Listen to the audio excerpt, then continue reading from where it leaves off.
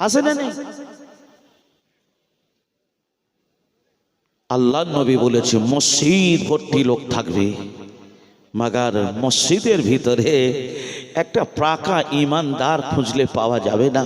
কারণ আমি নিজে চোখে দেখছি, এক একটা মানুষের 50 বিঘা সম্পত্তি, 5টা ছেলে মেয়ে, 3টে ছেলের নামে চুপি চুপি কোর্টে গিয়ে লিখে দিল, 2টো মেয়ে বানের জলে ভেসে। দিলিনি কেন রে? এর জন্য তো ছেলেরা কিয়ামতের ময়দানে কি, এর জন্য তো ছেলেরা দায়ী হবে না, তুই দায়ী হবি। কে দায়ী হবে বাবা?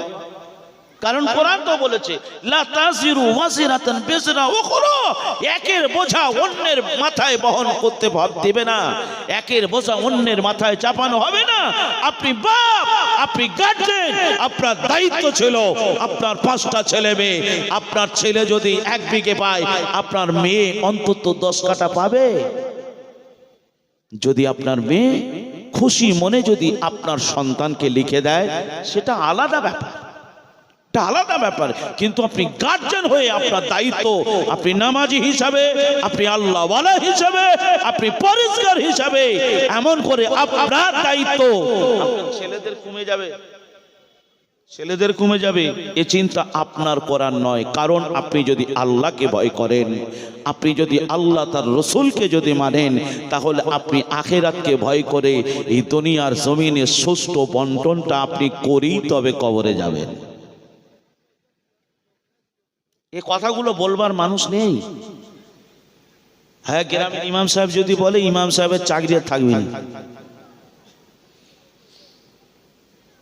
আরো একটা হাদিস আমি আপনাদের কাছে বলছি, কথাটা কি মাথায় রাখুন।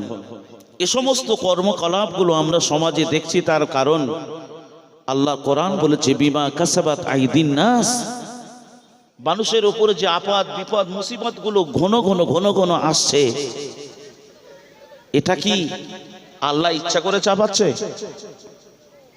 ইচ্ছা করে চাপাচ্ছে? আল্লাহ বলছে বান্দা, এটা তোমার 2 হাতের কামাইয়ের ফসল, তুমি যেমন কর্ম করেছো আমি আল্লাহ তেমন ফল আমি তোমাদের দিচ্ছি।